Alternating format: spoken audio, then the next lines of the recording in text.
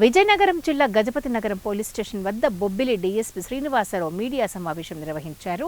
ఈ సందర్భంగా ఆయన మాట్లాడుతూ గంజాయి తరలిస్తున్న 3 యువకులను స్థానిక రైల్వే స్టేషన్ సమీపంలో అదుపులోకి తీసుకుని వారి వద్ద నుంచి 700 గ్రాముల గంజాయి, 3 మొబైల్ ఫోన్లను స్వాధీనం చేసుకున్నట్లు తెలిపారు.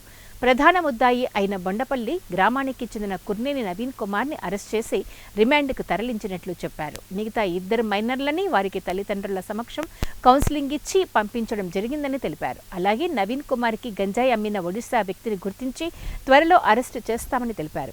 కార్యక్రమంలో సిఐ జిఏవి రమణ, ఎస్ఐ లక్ష్మణరావు పాల్గొన్నారు. ఒక ఆయన దగ్గర కుర్నేని నవీన్ కుమార్ బొండపల్లి అయింది, 24 సంవత్సరాలు. ఆయన దగ్గర ఒక 400 గ్రాముల గంజాయి, అలాగే ఇంకొక ఆయన జువెనల్ అండి, ఆయన దగ్గర కూడా ఒక 300 గ్రాముల గంజాయి దొరికింది.